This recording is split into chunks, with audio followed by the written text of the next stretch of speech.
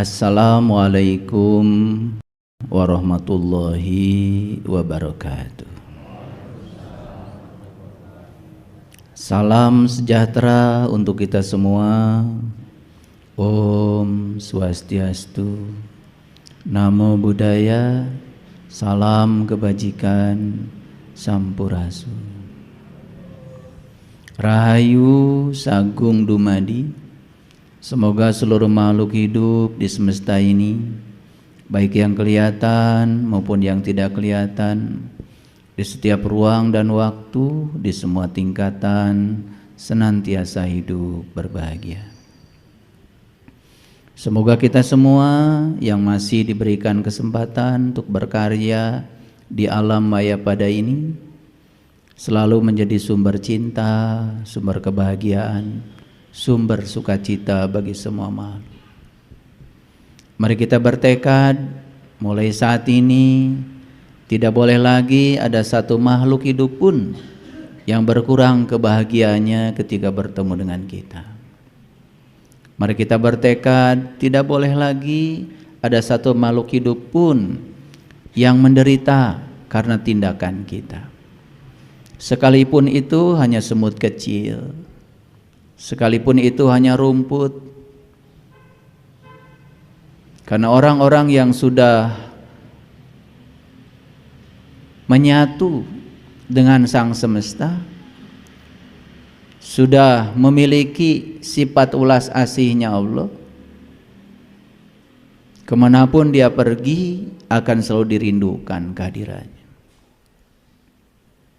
Semoga semua makhluk hidup merasa berbahagia dengan kehadiran kita dan mereka menyesal dengan kepergian kita. Tanda hidup kita gagal di semesta ini, semua makhluk hidup selalu takut dengan kehadiran kita. Bahkan saat kita datang, kehadiran kita selalu disesali. Dan saat kita pergi, kepergian kita malah justru disyukuri. Waspada, karena waktu terus berjalan. Waktu adalah ruang yang bergerak. Waktu itu seperti es batu. Es batu digunakan, tidak digunakan, tetap mencair. Waktu itu seperti itu. Digunakan, tidak digunakan, habis juga. Setelah tidak ada, baru kita meratap, mengeluh, meminta kepada Allah agar kita dikembalikan lagi. Kalau bisa mengulang waktu, seakan-akan kita ingin hidup lagi. Itulah kelalaian manusia pada umumnya. Kenapa? Karena pikiran terus bergerak ke masa depan, tidak pernah hadir di sini saat ini sekarang, melupakan kenyataan hidup. Padahal hidup yang sesungguhnya itu adalah sekarang, di sini, saat ini. Makanya ketika diberi kehidupan, jangan pernah mengatakan saya tidak bisa. Karena begitu saya mengatakan tidak bisa, berarti kita menghinakan Allah yang bersama kita. Begitu kita mengatakan tidak mungkin, kita juga sedang menghinakan diri kita sendiri. Karena orang yang selalu mengatakan tidak mungkin, maka dia tidak akan pernah menemukan keajaiban hidup. Jangan pernah mengatakan saya sudah bisa. Karena begitu saya mengatakan saya sudah bisa, kita akan tertutup dari semua pengetahuan baru. Maka orang yang tertutup dari pengetahuan baru, hidupnya ya begitu-begitu saja. Tidak ada kebaruan dalam hidupnya, hanya mengulang-ulang cara hidup lama yang jelas-jelas cara hidup itu sudah menyengsarakan dirinya. Orang yang sadar tidak pernah mengatakan nanti saja. Karena mengatakan nanti saja adalah suatu kesombongan. Orang yang selalu sadar bahwa hidup adalah di sini, saat ini, sekarang, dia akan melakukan yang terbaik saat ini. Tidak usah melakukan yang sempurna, karena kesempurnaan itu tidak ada. Kesempurnaan itu hanya ilusi pikiran. orang-orang yang ambisi dengan pikirannya. Hidup itu cukup dengan totalitas. Totalitas artinya apa yang dilakukan saat ini, lakukanlah. Bisa menengok sahabat kita yang sakit di rumah sakit, lakukanlah. Bisa membawa satu sisir pisang untuk membahagiakan mereka, walaupun pisang yang kita kirim belum tentu diizinkan dimakan oleh saudara kita yang sedang sakit, bawalah.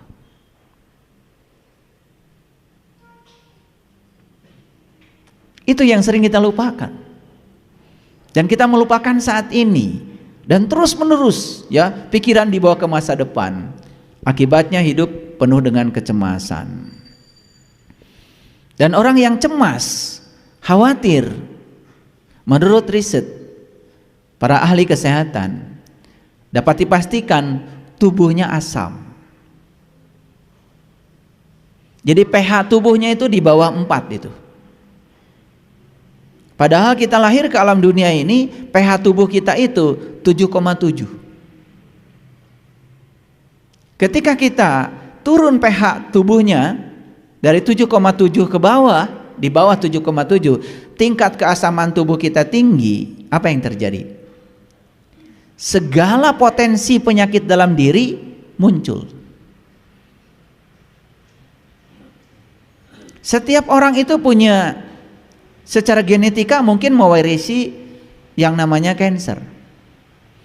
Tetapi kanker itu seperti tanaman, kalau disirami tumbuh, kalau tidak disirami tidak akan tumbuh.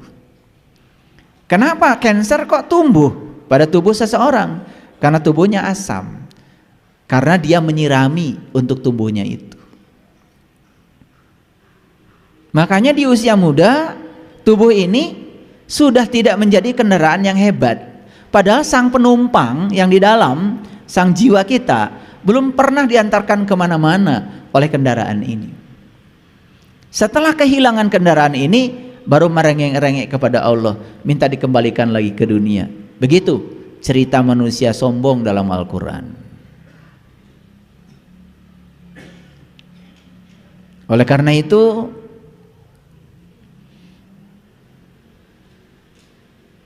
penuhi semua hak tubuh kita.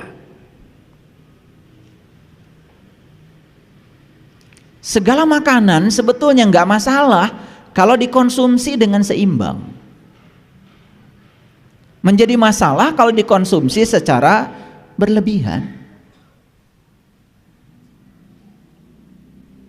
Makan nasi nggak apa-apa, karena ternyata di nasi itu ada yang namanya karbohidrat kompleks, bukan sukrosa, tapi amilase. Asal porsinya cukup, tidak mungkin seseorang mengalami diabetes.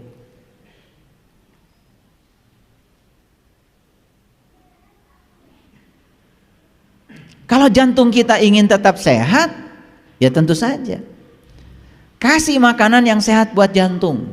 Apa yang dibutuhkan jantung? Jantung itu butuh vitamin E sama vitamin K2.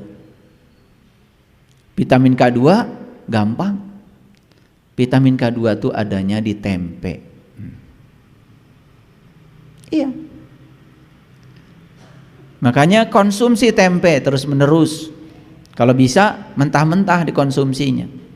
Makanya kalau ada penimbunan plak di pembuluh darah akibat terlalu banyak mengkonsumsi kalsium, itu dimobilisasi oleh vitamin K2, itu plaknya itu bisa terurai.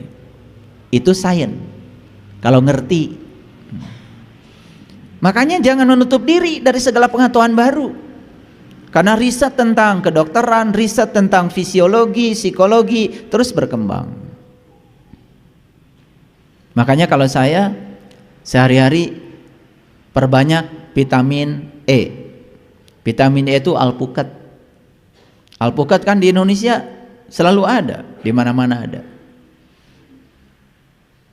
Saya kalau sarapan pagi, tadi pagi, itu pertama minum jus 8.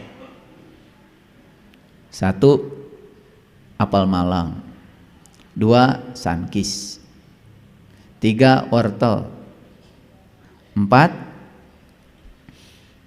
bawang bombay, 5 kunyit, 6 jahe, 7 nanas, 8 madu. Maka saya menyebut jus 8 itu. Enak sekali itu. Habis gitu makan avocado, alpukat. Jadi saya selalu makan 3 jenis buah setiap pagi. Tadi pagi saya makan avocado, stroberi, sama buah kiwi. Nanti divariasi itu, variasi. Sudah. Kalau sudah sarapan seperti itu, minum air aja yang banyak. Sejam sekali minum. Jangan minum menunggu haus. Haus itu alarm.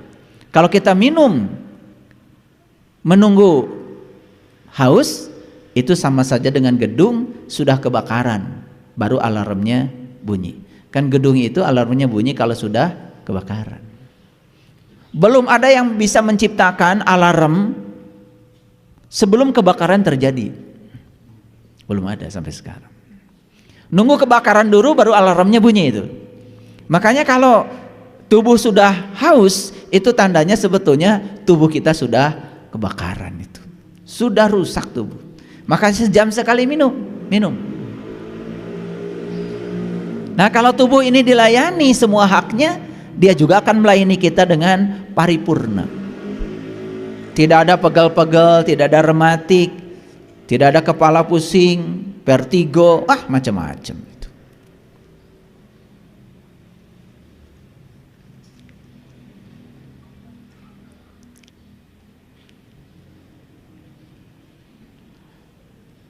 Jika perlu kita harus mengkonsumsi namanya probiotik. Probiotik itu adalah makanan dan minuman yang difermentasi. Gampang kok bikin probiotik. Sudah bisa. Beli nanas 1. Wah, ini ilmu mahal, harusnya bayar ini.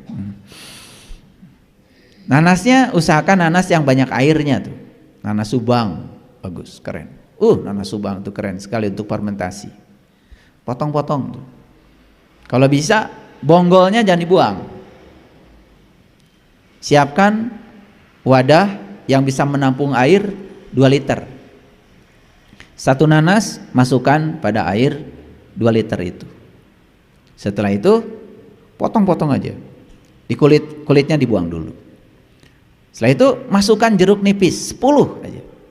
Perasan jeruk nipis.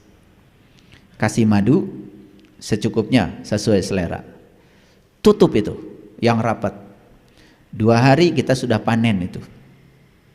Namanya probiotik. Wah, itu enak sekali. Itu booster itu, sumber energi. Di situ terjadi fermentasi. Itu penting buat kesehatan usus kita.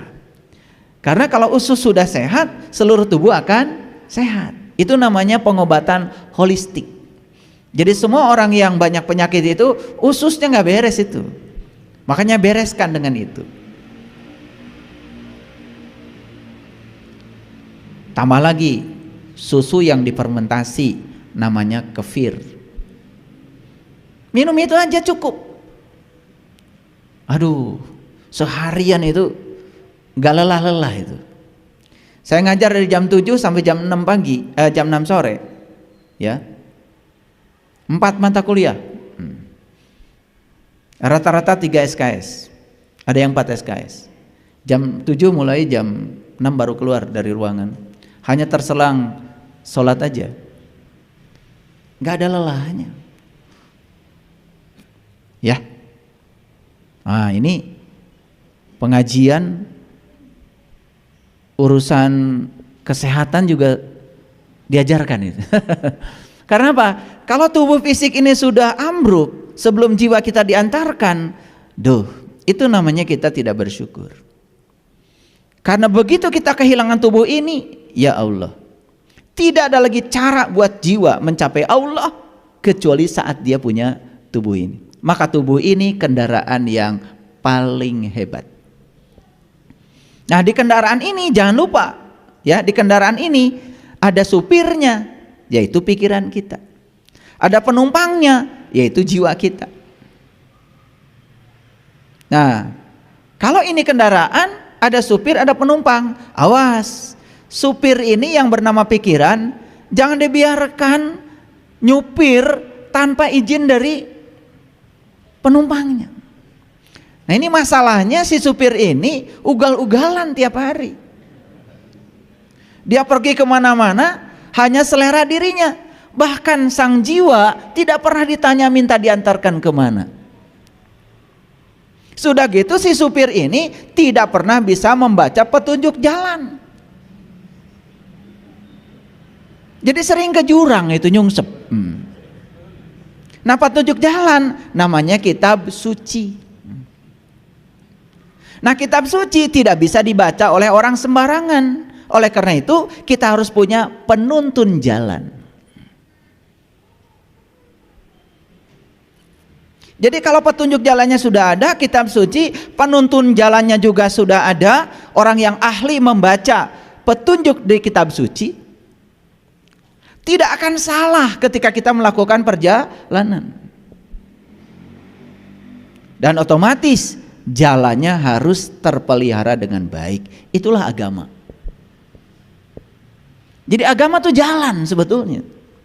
Agama itu bukan tujuan.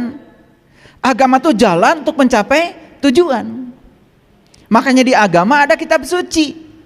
Kitab suci dibawa oleh para rasul.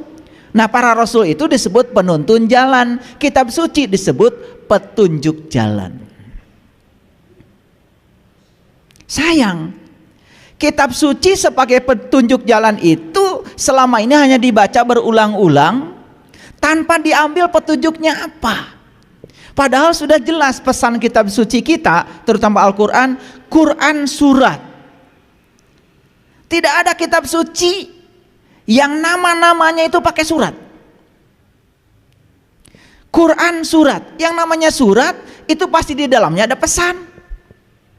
Pesan dari siapa? Pesan dari Dia Sang Pencipta untuk kita yang diciptakan, supaya kita bisa menangkap surat yang dikirim beliau itu, supaya hidup kita tidak menderita, tidak sengsara, agar hidup kita menakjubkan. Jadi kalau penderitaan hidup itu bukan takdir, itu akibat dari kesalahan kita memilih jalan hidup. Nah, oleh karena itu, maka hari ini kita akan berbicara sesuatu yang besar dan luar biasa. Yaitu, jika hidup hanya untuk diterima orang lain, maka kita akan mati saat kita ditolak. Kan sebetulnya yang terjadi dalam kehidupan kita selama ini, mohon maaf, kita lebih banyak hidup kita itu demi untuk menyenangkan orang lain, sampai kita mengorbankan kemerdekaan kita sendiri agar dipandang baik oleh orang lain. Bukankah itu berpura-pura? Bukankah itu yang disebut dengan kemunafikan hidup? Lalu sepanjang kita hidup seperti itu, maka sepanjang itu pula kita tidak akan pernah menemukan diri kita sendiri. Padahal tujuan kelahiran kita ke semesta ini sebetulnya untuk menemukan diri kita sendiri, agar kita bisa menjadi diri kita sendiri. Itu yang disebut dengan kemerdekaan. Setelah selesai kajian ini, mari kita jujur, introspeksi diri. Sekian lama hidup kita di dunia, ternyata hidup kita hanya berpura-pura baik agar dipandang baik oleh orang lain, dan kita mengorbankan diri kita sendiri. Bahkan, mohon maaf, urusan beragama pun kita ngikuti saja kebanyakan orang. Sekalipun kita tidak merasakan apa-apa dari apa yang kita ikuti, kesadaran kita tidak meningkat, akhlak kita masih seperti itu, masih penuh dengan kebencian. Dan kita tidak mau mengubahnya. Karena apa? Itu sudah menjadi paradigma, sudah menjadi doktrin yang sulit untuk diubah. Itu kajian kita hari ini. Oleh karena itu, sudah siap untuk menerima kajian hari ini? Oke. Karena kajian hari ini sangat berbahaya. Bahayanya, nanti kita akan menjadi diri kita sendiri.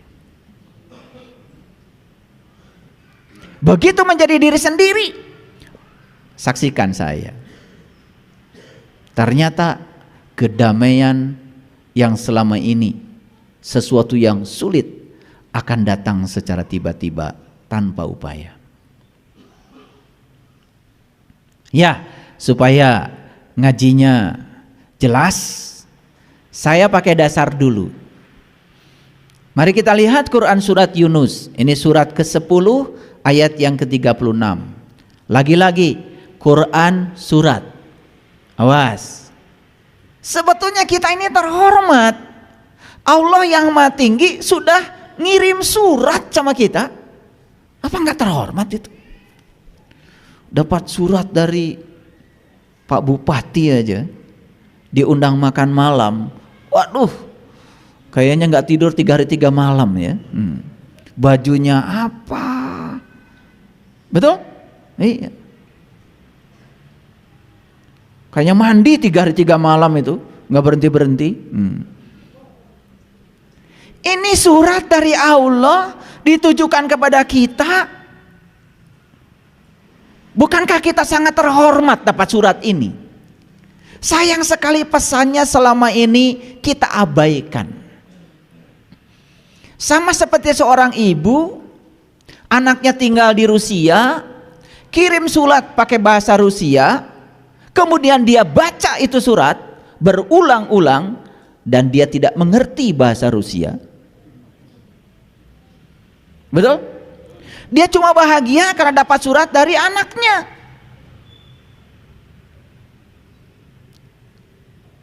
Sehari dia baca 3 kali itu surat. Dan dikasih tahu kepada tetangganya, saya dapat surat dari anak saya, saya dapat surat dari anak saya. Begitu tetangganya nanya, isinya apa ibu? Teuing. Bahasa apa ibu? Bahasa Rusia. Kebetulan anaknya tinggal di sana. Karena nggak ngerti, tenang aja. Sama seperti kita. Baca kitab suci tiap hari, tenang. Karena tidak mengerti, tenang, adem. Betul nggak? Lah iya, beda dengan saya. Baca kitab suci itu, waduh saya gerah selalu, berdetak jantung saya itu, karena saya ngerti bahasanya maksudnya. Jadi kalian tuh memang luar biasa. Baca ayat manapun, surat manapun, tenang. Luar biasa.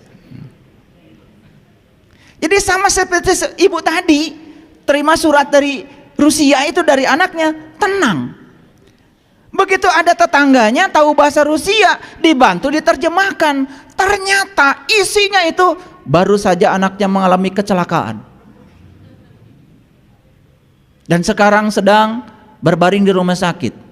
Kakinya harus diamputasi. Wah, beritanya semua menyeramkan. Setelah mengerti, baru jantungnya berdebar-debar. Kadang-kadang kita suka sombong. Ketika ditanya, pedoman hidupmu apa? Quran dan sunnah. Wah, keren.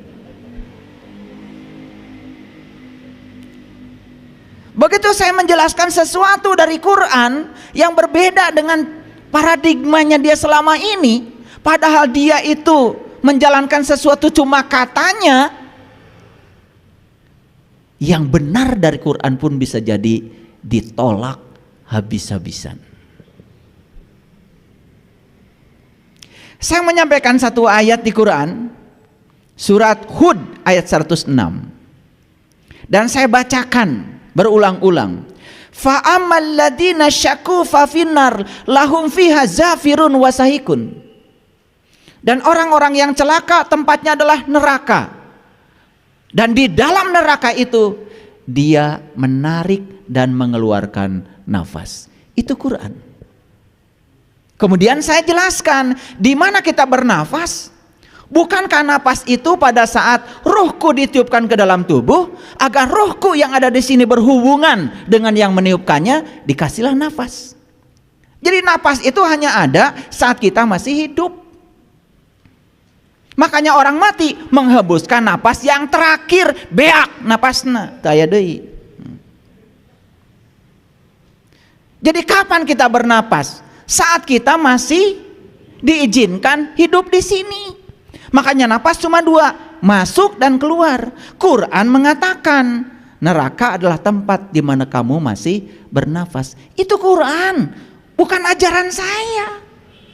Saya tunjukkan ayatnya, surah Hud ayat 106, bahkan 107-nya mengatakan bahkan langit dan bumi pun masih ada. Itu diperjelas. Karena itu berbeda dengan yang selama ini dipahaminya, sekalipun dari Quran itu ditolaknya mentah-mentah. Padahal kalau ngomong pedoman hidup apa? Quran. Oh, kayak yang benar. Makanya Quran ini sampai sekarang masih perawan. Masih perawan. Saya menunjukkan Quran surat Al-Imran ayat 49 yang menyatakan begini. Itu dialog antara Rasul dengan Bani Israel.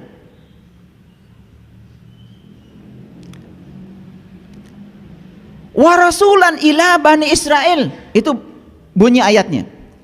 Dan Rasul bertemu dengan Bani Israel. Bani Israel itu, Bani itu orang, Israel itu berjalan, El itu Tuhan. Bani Israel itu orang yang berjalan menuju Tuhan. Itu dialog antara seorang utusan Allah dengan Bani Israel, dengan seorang pejalan, dengan seorang pencari. Jadi seperti guru dengan murid lah kira-kira, kontekstualnya begitu. Apa yang dikatakan Rasul kepada Bani Israel? Perkataannya begini.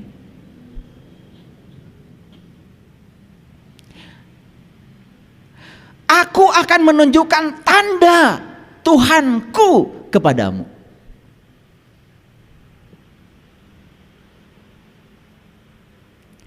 Dan aku akan menjadikan tubuhmu yang berasal dari tanah itu menjadi burung. Dan kamu akan bisa terbang dengan seizin Allah. Itu Quran. Boleh nanti dibaca Ali Imran 49. Jadi sebetulnya manusia itu punya sayap apa tidak? Menurut Quran. Punya kan? Punya. Burung walaupun punya sayap hanya bisa terbang dari pohon ke pohon. Sedangkan di Quran surat Ar-Rahman, manusia itu bisa menembus sempadan langit. Bisa hijrah dari alam lahir menuju alam batin. Bisa hijrah dari alam yang rendah menuju alam-alam yang tinggi dengan sayapnya. Jadi sayap di situ jelas melambangkan lambang kecepatan. Makanya Nabi Muhammad Isra Mi'raj pakai buruk. Digambarkan sebagai burung. Ada sayapnya?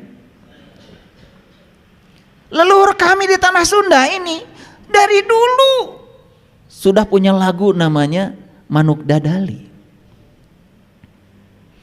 Mesat ngapung luhur jauh di awang-awang, meberkeun jangjangna bangun taya karingrang. Itu lagu spiritual itu. Kenapa bangsa Indonesia menjadikan lambang negaranya itu burung Garuda, burung lagi? Nabi Sulaiman perjalanan spiritualnya juga pakai burung, burung hudhud. Luar biasa. Jadi kalau ingin menapaki kesadaran yang tinggi, yuk gunakan dong sayap yang Allah titipkan kepada kita untuk menuju kesadaran yang lebih tinggi. Kalau kita berbicara langit, langit itu bukan alam lahir. Langit dalam Quran itu adalah lapisan-lapisan kesadaran yang harus kita capai. Puncaknya kesadaran disebut Sidrah Al-Muntaha. Sidrah itu sadar, Al-Muntaha itu penghujung, Sidratil Muntaha. Nah, menuju ke alam yang tinggi jelas harus terbang. Dan Quran menjanjikan, siapa yang bisa terbang saat ini, maka aku bebaskan dari 3 penyakit. 1, penyakit buta. 2, penyakit kulit, kedangkalan pemahaman, kedangkalan pengetahuan. Karena itu sangat berbahaya. Karena orang yang dangkal pengetahuannya biasanya penyakitnya adalah alergi. Alergi terhadap perbedaan maksudnya. Asal orang lain beda dengan dia, walaupun orang lain benar, dianggap salah. Makanya orang yang suka menyalah-nyalahkan orang lain yang tidak siap menerima perbedaan, jelas masih punya penyakit kulit. Gegetret wae. Atau melihat perbedaan itu bukan menerima dan menghargainya. Atau gatel. Kalau gak komentar, gatel. Kalau gak nyerang orang, gatel.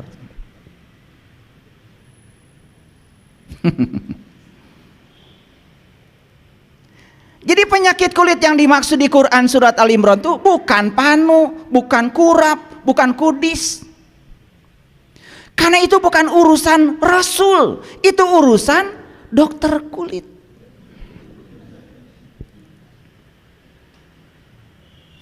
Rasul itu diutus ke dunia menyembuhkan penyakit kulit. Yang dimaksud bukan panu, kurap, kudis.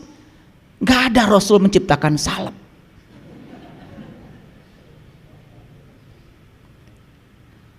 Jadi para nabi, para rasul itu didatangkan ke dunia ini untuk membawa kita tenggelam dalam pemahaman yang dalam. Karena orang yang sudah dalam pemahamannya persis seperti danau yang dalam. Tenang, tidak terombang-ambing lagi oleh situasi di luar. Paham? Oke. Kalau seseorang itu masih menderita penyakit buta, penyakit kulit, puncaknya penyakit adalah kehilangan kesadaran. Maka di surah Al-Imran ayat 49 dikatakan, tugasnya para rasul itu yang nomor 3 adalah membangkitkan orang-orang yang tidak sadar. Apa yang dibangkitkan? Dibangkitkan kesadarannya. Itu yang namanya qiyam. Qiyam. Jadi kiamat itu hari kebangkitan. Kebangkitan kesadaran. Makanya leluhur kami di tanah Sunda mengatakan, sing bisa ngahudangkeun kanu sare. Ngahudangkeun kanu sare artinya membangunkan orang yang tertidur, bukan orang yang lagi tidur dihoya-hoya harus bohongan, bukan. Kelihatan bangun tapi sebetulnya dia tidur. Kenapa? Karena tidak sadar. Oke. Sekarang kita lihat, masuk. Udah siap ya? Masuk ayat ya? Oke. Ini surat. Pesannya tangkap ini dari Allah.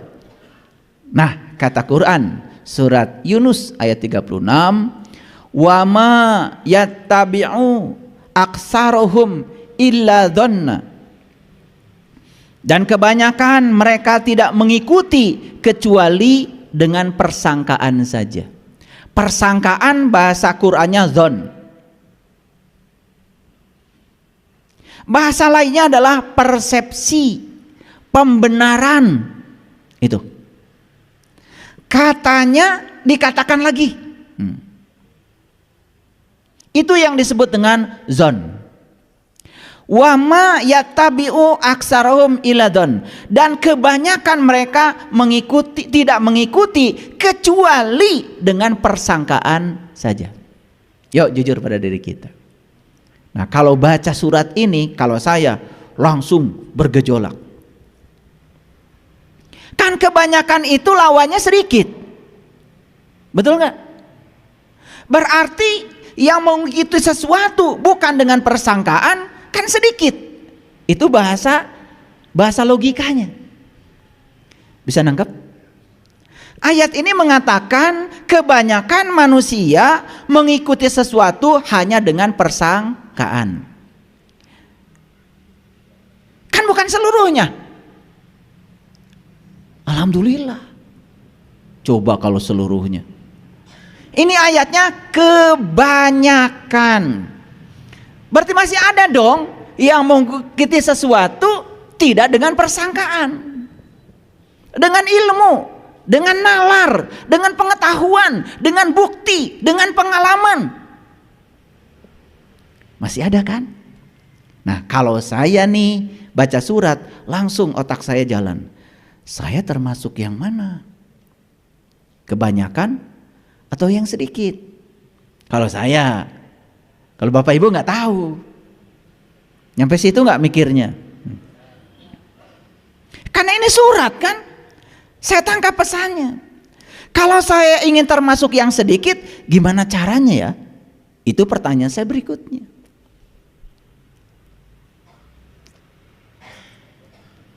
Lalu pertanyaan saya berikutnya, kebanyakan itu berapa persen? Kan gitu.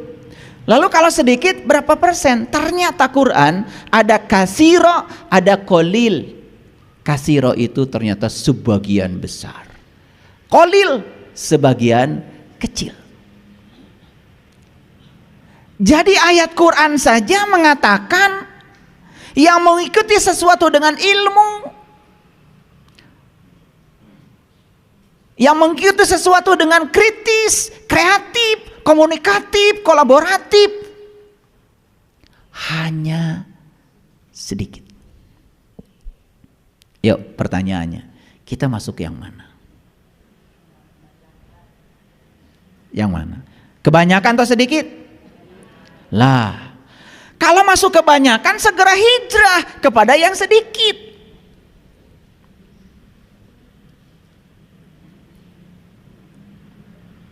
Paham? Lanjut dulu. Perlu saya buktikan. Kalau kita mengikuti sesuatu dengan zon, kan kita itu mengikuti sesuatu itu kebanyakan tidak pasti. Susuganan. Kali aja. Coba kalau saya tanya, udah sholat? Sudah. Itu takbirnya gimana? Loh kok takbirnya begitu? Ya ada orang lain juga begitu. Done.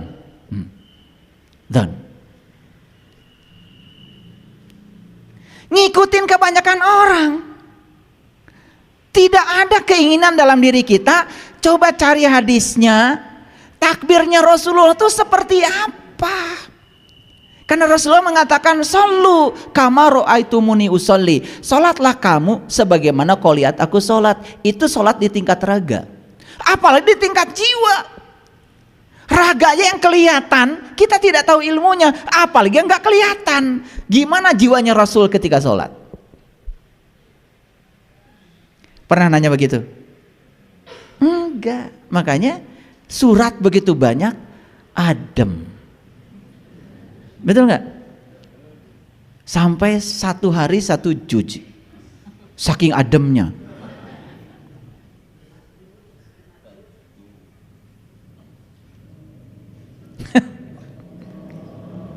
Padahal kalau kita mikir 1 ayat saja luar biasa, bukan? Betul nggak? Lanjut dulu. Innazon, sesungguhnya sakwa sangka, la yugni minal haqqi syai'a. Tidak sedikit pun berguna untuk mencapai kebenaran. Innallaha alimun bima yaf'alun. Sesungguhnya Allah mengetahui apa yang kamu kerjakan. Yang kamu kerjakan itu ada ilmunya, gak ada ilmunya, Allah